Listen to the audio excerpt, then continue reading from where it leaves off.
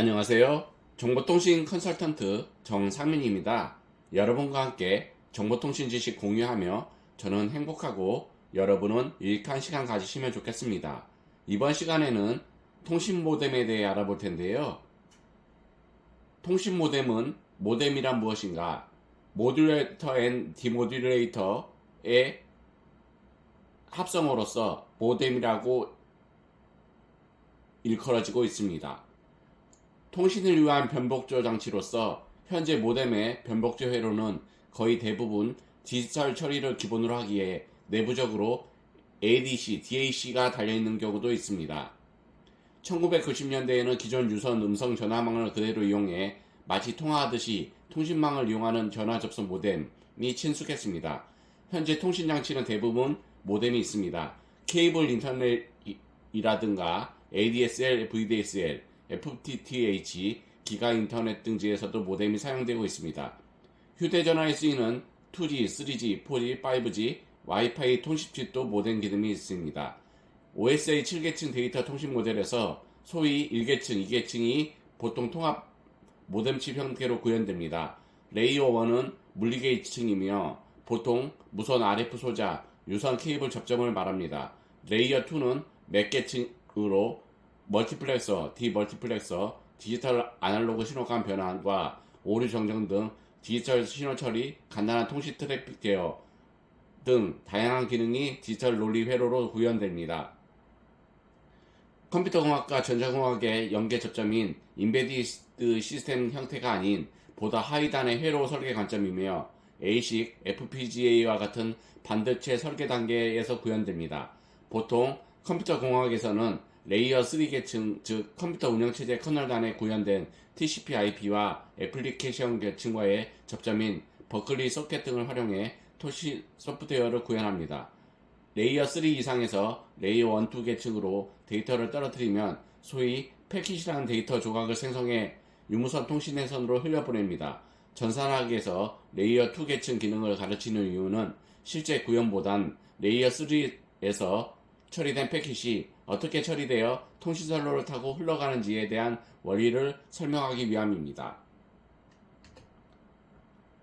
무선 모뎀은 2010년대 이후에는 노트북과 태블릿 등 기기에서 무선 모뎀의 사용이 꽤나 활성화되었으며 내장 모뎀뿐만 아니라 USB 형태의 외장 모뎀도 출시되고 있습니다. 이러한 무선 모뎀은 이동통신사의 3G, LTE, 5G 등 통신망에 접속하여 인터넷 연결을 지원합니다.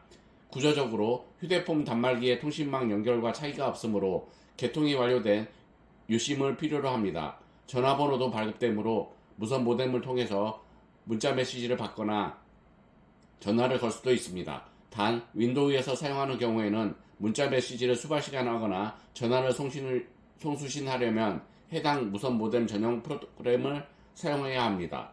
사실 랜카드, USB 동글도 같은 맥락의 장치들이며 실제 구현은 정보통신학과나 전자공학 전공자들의 심도 깊게 연구됩니다. 이러한 통신 모뎀은 삼성전자, 노키아, 에리슨, 화웨이, 모다 정보통신, 디링크, EFM 네트워크스 등 히타치, 넷기어 등 통신장비 설비회사에서 주로 생산 판매됩니다. 전화접속 모뎀은 설치 방식에 따라 내장형과 외장형으로 DSP 처리 방식에 따라 소프트웨어형과 하드웨어형으로 나뉩니다. 한국에서는 IBM PC 호환 기종이 정부 주도하에 빠르게 시장을 장악했던지라 저렴하다는 이유로 내장형을 주로 사용했지만 해외에서는 외장형이 좀 더 선호되었습니다. IBM PC 호환 기종이 대세가 된 1990년대 중후반 이후에는 해외에서도 내장형 모뎀을 꽤 많이 사용한 편입니다. 내장형이나 외장형이나 컴퓨터와의 통신은 RS-232C 통신 규격의 커넥터 표준인 직렬 포트를 사용했습니다. RS-232 규격은 개인용 컴퓨터라는 개념이 나오기도 전에 모뎀과 같은 전송 장치를 위하여 만들어진 규격이었기 때문에 컴퓨터 아키텍처 춘추 천국 시대에도 호환성이 있었습니다. 과거 PC 통신 프로그램에서 직렬 포트 설정을 해야 했는데 마우스가 직렬 포트를 사용하던 시절에는 설정을 제대로 하지 않으면 모뎀과 마우스가 충돌하기도 했습니다. 이유는 IRQ 충돌이었습니다. COM1, COM3가 IRQ4를, COM2, COM4가 IRQ3를 썼기 때문에 실질적으로는 한 컴퓨터에 쓸 수 있는 직렬 포트는 2개뿐이었습니다. 그래서 마우스와 모뎀을 함께 사용하기 위해서는 마우스와 모뎀이 쓰는 직렬 포트 번호의 홀짝을 다르게 해야 합니다. PC통신부가 함께 엄청난 보급률을 자랑했지만 1990년대 후반부터 ADS를 시작으로 고속 인터넷이 급속도로 보급되면서 사냥되었습니다. 2000년대 중반까지만 해도 인터넷 보급이 되지 않은 나라를 방문할 때나 팩스 송수신을 대비해 노트북에 달려 있었으나 2010년대에 들어서는 그마저도 사라졌습니다. 필요하다면 USB 모뎀을 사용하는 게 좋겠습니다. 대표적인 모뎀 제작 회사 중 하나인 US 로보틱스의 외장인 모뎀. US 로보틱스의 모뎀은 상당히 비쌌던 물건이라 갑부형 모뎀 취급을 받았었습니다. 애플, 매키토시 사용자들은 IBM PC 호환 기종용으로 나온 ISA 확장 슬롯 모뎀을 쓸 수 없어서 US 로보틱스나 글로벌 빌리지의 제품을 주로 이용했습니다. 끝판왕 취급을 받던 쿠리어 모뎀, US 로보틱스의 최고 프리미엄 라인급 모뎀으로 모뎀 주제에 60만원대에 달하는 정신이 아득해지는 가격을 자랑했습니다. 실제로는 덤핑으로 풀려서 5분의 1 정도 가격에 구할 수 있었지만 이 모뎀은 지금도 20-30만원대에 정식으로 팔리고 있으며 중고 장터를 뒤지면 그거의 10분의 1 가격입니다. 모뎀으로 인터넷을 연결할 수 있는 번호는 2017년 8월 31일까지 살아 있었습니다.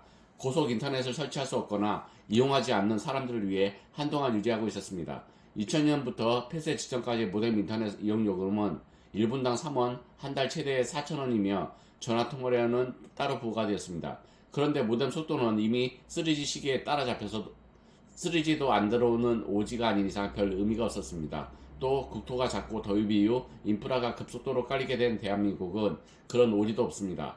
현재도 간간히 쓰이고 있으며 대부분은 인터넷이 보급되기 이전에 지어진 구축 주거시설에서 기존에 설치된 전화선을 통해 인터넷을 이용하거나 혹은 컴퓨터를 이용하여 팩스를 주고받는 용도로 사용되고 있습니다. 컴퓨터에서 읽을 수 있는 데이터 형태로 들어오는 거라 용지를 아낄 수 있다는 장점이 있습니다. 만약 서버에 모뎀이 설치되어 팩스를 사용할 수 있는 경우 이를 공유할 수도 있습니다. 프린터 공유와 방법은 같지만 다른 점이라면 팩스 공유는 윈도우 기준 서버용 운영체제만 가능합니다. 이렇게 하면 해당 서버가 속해 있는 네트워크에 연결된 컴퓨터에서도 팩스를 주고받을 수 있습니다. 이런 방법으로 구축된 서버를 팩스 서버라고 부릅니다. 모뎀이 사운드 카드 아키텍처와 유사해 통합되어 나오기도 하였습니다. 1990년대 초중반 싱크패드 시리즈에 탑재되었던 MA가 대표적입니다. 하지만 프로세서 파워가 딸려서 심하면 모뎀으로 PC 통신을 연결하면 사운드가 안 나온다든가 둘 다 쓸 수 있어도 사운드가 모노만 나온다거나 하는 문제 때문에 인기가 나빴습니다. 이어서 전화 접속 모뎀의 역사를 살펴볼 텐데요. 2400bps 이전, bps는 비트 퍼 세크의 약자로 초당 몇 비트의 데이터를 전송할 수 있는지를 표현하고 있습니다. 1964년 제작된 라이브모어 데이터 시스템의 모델 A 모뎀 시연 영상으로 시연 마지막에 접속한 사이트는 다름 아닌 위키백과입니다. ISA 슬롯이나 외장 병렬 포트에 연결된 모뎀의 전화선을 그냥 사용하는 것으로는 모뎀을 쓸 수 없습니다. 사용자가 직접 모뎀에 전화를 건 후 수화기를 리시버에 올려야만 비로소 모뎀을 사용할 수 있게 됩니다. 이와 같은 모뎀을 어쿠스틱 커플러라 부릅니다. 최초의 모뎀은 1959년 미국의 벨 연구소에서 만들어져 AT&T에서 내놓은 벨 101 모뎀으로 군사용으로 쓰였던 세이지 시스템에 탑재되었습니다.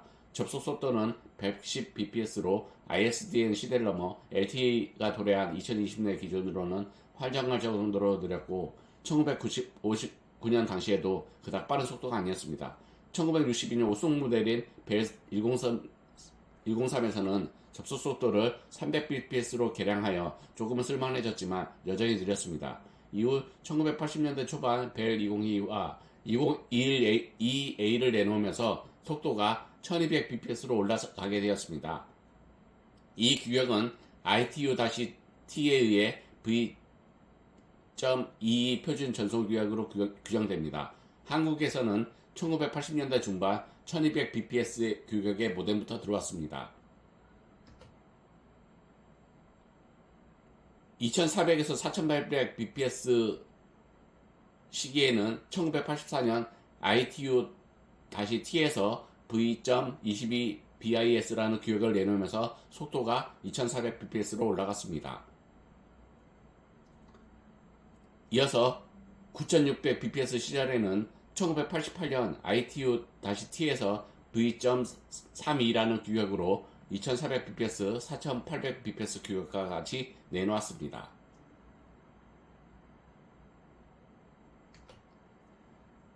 14400bps, 14.4kbps 시절에는 1991년 ITU-T에서 V.32bis 규격을 내놓으면서 속도가 개선됐습니다. 28.8kbps 시절엔 1994년 ITU-T에서 내놓은 V.34 규격입니다. 이어서 33.6kbps 시절은 규격은 똑같이 V.34인데 1996년에 개선된 규격입니다. 따라서 28800bps와 기술 내용은 같은데 속도만 33,600bps로 올린 기술입니다. 바로 2년 후인 1998년에 ITU-T에서 57,600bps의 표준 규격인 V.90을 발표한 데다 28,800bps 모뎀과 큰 차이가 없었기에 장사량이 별로 없었지만 발매 당시가 PC통신 이용자가 폭발적으로 증가한 때라 시류를 타고 제법 판매된 모델입니다. 이어서 전화접선 모뎀의 역사 57.6kbps 시절은 모뎀 역사상 유일한 규격전쟁이 벌어졌습니다. 모뎀 칩셋을 제조하던 라겔과 루센트 테크놀로지는 K56 플렉스라는 규격을 밀었고 당시 최대의 모뎀 제조업체였던 US 로보틱스는 S2라는 규격을 밀었습니다. 이 때문에 US 로보틱스의 57,600bps 모뎀은 X2 규격으로 라겔이나 루스트 칩셋을 사용한 다른 회사의 모델은 K56 플렉스라고 나오는 일종의 혼란기가 약 1년간 도래했습니다.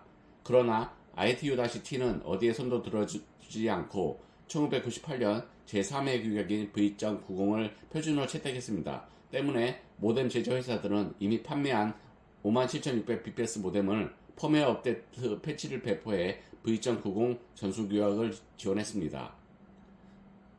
앞서의 내용은 모두 나무위키를 참조하였습니다. 나무위키 관계자분들께 감사 인사드립니다. 기타 모뎀의 종류로서 소프트웨어 모뎀, 동축 케이블 모뎀, 광 모뎀이 있는데요. 소프트웨어 모뎀은 1990년대 말부터 보급이 시작된 모뎀으로 소프트 모뎀 또는 윈 모뎀이라고 불립니다. 모뎀은 전화선에서 음성 신호를 통신할 때 신호 처리가 필요한데 이를 담당하는 DSP가 있습니다. 소프트웨어 모뎀은 DSP 대신 CPU가 처리하도록 하고 디지털 신호를 전화 신호로 통신하기 위해 변환하는 ADC, DAC와 신호를 변복제하는 모듈레이터, 디모듈레이터만 있습니다. 현재 PCI와 USB로 출시된 모뎀의 절대 다수는 소프트웨어 모뎀입니다. 하드웨어 모뎀을 생산 및 판매하는 회사는 US 로보틱스 정도만 나와 있습니다. 동축 케이블 모뎀은 케이블 TV망으로 통신하는 모뎀으로 KT를 제외하고 모든 인터넷 업체들이 이 방식을 씁니다. KT 또한 2021년에 KT 스카이라이프가 HCN을 인수해서 자회사에서는 동축 케이블 모뎀을 볼 수 있지만 그마저도 KT 인터넷의 재판매로 대체되고 있습니다. 광 모뎀은 광 케이블은 OS 7계층의 제일 아래인 물리계층일 뿐이고 그 위에 흐르는 데이터는 이더넷, PON, 심지어는 오디오션은 S/PDIF가 올 수도 있습니다. 같은 종류의 계층을 사용한다면 별개의 모뎀 없이 광 케이블만 이어주면 되지만 계층 종류가 다르다면 중간에 변환시켜주는 장치가 들어가야 합니다. FTTH 방식일 경우이거나 기가 인터넷이 지원되지 않는 UTP가 들어오는 경우에 사용합니다. KT의 UTP, 기가 피버, FTTH 올 모뎀 또한 이 방식이며 SK 브로드밴드, LG U+, LG 헬로비전이 이 방식을 사용합니다. 오늘은 통신 모뎀에 대해 알아보았는데요. 여러분께 유익한 시간이 되었으면 좋겠습니다. 감사합니다. 즐거운 주말 보내세요.